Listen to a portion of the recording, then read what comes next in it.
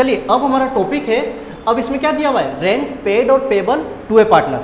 ध्यान रखना यहाँ पे क्या लिखा हुआ है, एक तो पेड है, ठीक है, और यहाँ पे क्या यूज़ किया हुआ है, पेबल। जनरली अपन लोग क्या समझते हैं, पेड और पेबल एक है, जबकि ऐसा नहीं होता है, ठीक है।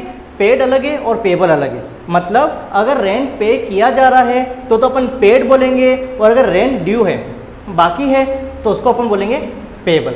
आए पसंद में, ये तो पे कर दिया, पेबल। ड्यू मतलब अपने लिए लायबिलिटी है, समझ गए, लायबिलिटी है तभी तो अपन को पे करना है, तो ये अपने लिए क्या है, लायबिलिटी है, और इसका बैलेंस क्या होता है, क्रेडिट होता है। समझ गए। अब सुनना, अब इसमें कंडीशन दे रखी है। फर्स्ट कंडीशन क्या है, when rent is paid in cash और बाय चेक। मतलब रेंट पे किया जाता है या तो आप कैश में करो या चेक में करो। कैश में करोगे तो कैश लिखो, चेक में करोगे तो बैंक लिखो, ठीक है। तो कैसे, रेंट को मैं पे कर रहा हूँ, रेंट अपने लिए क्या होता है, नॉमिनल अकाउंट, नॉमिनल है। जब रेंट को मैं पे कर रहा हूँ तो रेंट नॉमिनल अकाउंट है, मेरे लिए क्या है, एक्सपेंस है, तो नॉमिनल अकाउंट क्या बोलता है, एक्सपेंसेस को क्या करो, डेबिट करो। तो यहाँ पे अपन लिख देते हैं रेंट अकाउंट डेबिट, ठीक है, रेंट अकाउंट डेबिट टू। अगर आप कैश में करते हैं तो आप लिखेंगे कैश, ठीक है, और अगर आप बैंक में करते हैं, मतलब चेक से करते हैं, तो यहाँ पे आप लिखेंगे बैंक अकाउंट। समझ गए। तो एंट्री क्या बनी, rent account debit to cash या rent account debit to bank. समझ गए। अब सेकंड बात समझना, अगर आपने पे की जगह आपने क्या बता दिया कि मेरा जो मंथली रेंट है वो क्या है, बाकी है। क्या है, बाकी है। तो व्हेन रेंट इज पेबल, तो जाहिर सी बात है बाकी क्या है, रेंट है। रेंट अपने लिए क्या, एक्सपेंस है, तो एक्सपेंस को आप क्या करेंगे, डेबिट करेंगे। समझ गए। अब बाकी है मतलब अपने लिए क्या है, लायबिलिटी है। लायबिलिटी क्या होती है, क्रेडिट, तो टू रेंट पेबल। समझ गए। तो एंट्री क्या बनी, rent account debit to rent payable. Clear आपके। नेक्स्ट समझो, अब मैंने आपको क्या सिखाया था कि जो अपन चार्ज अगेंस्ट प्रॉफिट पढ़ेंगे, जिसमें क्या था, आईयूएल, एक तो क्या था, आईयूएल था, और रेंट मतलब अपने में से ही किसी बंदे से अपन क्या लेते हैं, किराए पे कोई भी चीज़ लेते हैं, तो ये भी क्या होता है, चार्ज अगेंस्ट प्रॉफिट, ठीक है। ये भी चार्ज किससे होगा, पीएनएल से। रेंट, अब रेंट क्या है, एक्सपेंस है, एक्सपेंस मतलब डेबिट, तो पीएनएल को क्या करेंगे अपन, डेबिट करेंगे, क्योंकि पीएनएल से अपन चार्ज कर रहे हैं। टू, अब जब चार्ज किया जा रहा है किसको, रेंट को, तो रेंट डेबिट हुआ था, चार्ज करेंगे तो क्रेडिट कर देंगे, PNL account debit to rent account. आए बस में, ये हमारा कंसेप्ट क्लियर हो गया। और इसी के बेस पे एक इलस्ट्रेशन है, कौन सा, 8। अब उसमें देखो आप क्या बोला है, Arun and Raman are partner with fixed capital of ₹10 lakh and 3 lakh. मतलब दो बंदे हैं, एक अरुण है, एक रमन है, एक की तो कैपिटल 10 लाख और एक की 3 लाख है, ठीक है। आगे बोला है, Raman has given his property on rent to the firm.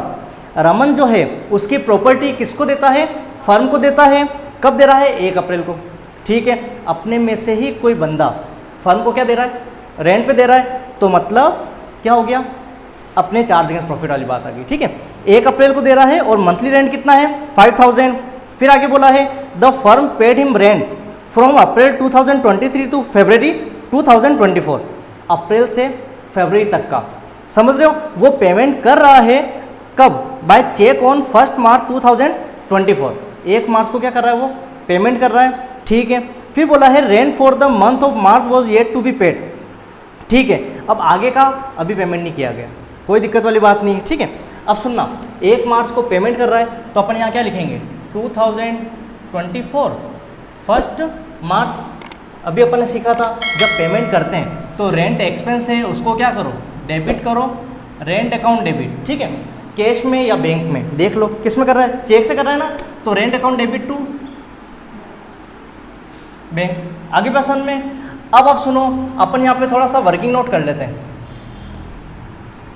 ठीक है। यहाँ पे अपन वर्किंग नोट लिख लेते हैं कि कब तक का क्या है। अब आप समझना, इसमें रेंट की मैं बात कर रहा हूँ, रेंट यहाँ पे कितना है, 5000, लेकिन ध्यान रखो कैलकुलेशन पूरे साल की जाती है ना, मंथली नहीं निकालते अपन। तो साल का कितना बना, 12 5 जा 60, तो कितना हो गया, 60,000 रुपये। कितना हो गया, 60,000। अब अपन आगे देखें, उसने बोला है फरवरी तक, ये तो देखो मार्च तक कितना बन रहा है, ठीक है। अब इसमें देखना फरवरी तक यहाँ अपन कर देते हैं। एक तो है अप टू, पहले मार्च तक देख लेते हैं कितना है, up to March, up to आई बस में, क्योंकि उसने बोला है फरवरी तक का पेमेंट किया, तो ये तो देखो मार्च तक कितना बन रहा है, फरवरी तक कितना बन रहा है ना, तो ड्यू कितना बच रहा है ना। अब आप देखो इसमें मार्च तक कितना था 60,000 आई बसन में, अब कोई परसेंट वर्सेंट तो है नहीं। अब उसने क्या बोला है मार्च तक, अब आपको ये देखना है फरवरी तक सोच लो 60,000 पूरे साल का, कितना पूरे साल का मल्टीप्लाई बाय, अब ये कितने पूरे साल का है, अपन को अप्रैल से फरवरी गिनो आप, कितने 11 महीने होते हैं, कितने होते हैं 11 महीने, तो 11/12 कर लो, 12 5 जा 60, कितना बना 55 आई बसन में। तो यहाँ पे कितना है, एक तो मार्च तक का कितना है 60 है, और फरवरी तक का कितना है 5 है, तो ड्यू कितना बचा हमारे पास 5,000। 60 में से अगर मैं 55 निकाल दूँ, ठीक है, तो ड्यू अमाउंट कितना बच रहा है 5,000। ये कौन सा अमाउंट हो गया ड्यू अमाउंट आई बसन में। अब सुनो, रेंट का अपन क्या कर रहे हैं, पेमेंट कर रहे हैं 1 मार्च को कर रहे हैं, कब तक फरवरी तक का, फरवरी में कितना बना 55,000, है ना क्लियर, ठीक है। अब देखना अपन क्या करेंगे, पेमेंट कर दिया, अब अपन ड्यू बताएंगे ना कितना बाकी है, 31 मार्च को एंट्री क्या करेंगे, रेंट अकाउंट डेबिट, क्योंकि एक्सपेंस है, टू रेंट पेबल, है ना, लाइबिलिटी है। अब ड्यू कितना है बताओ 5,000, तो यहाँ पे अपन लिख देंगे 5,000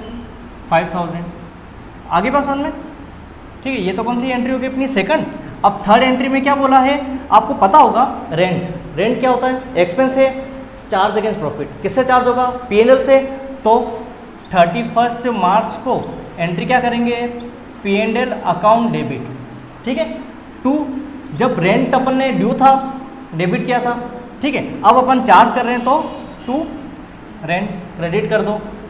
ध्यान रखना चार्ज पूरे अमाउंट से होता है ना, पूरा अमाउंट कितना था 60, तो चार्ज हमारा हो गया 60,000 आई बसन में।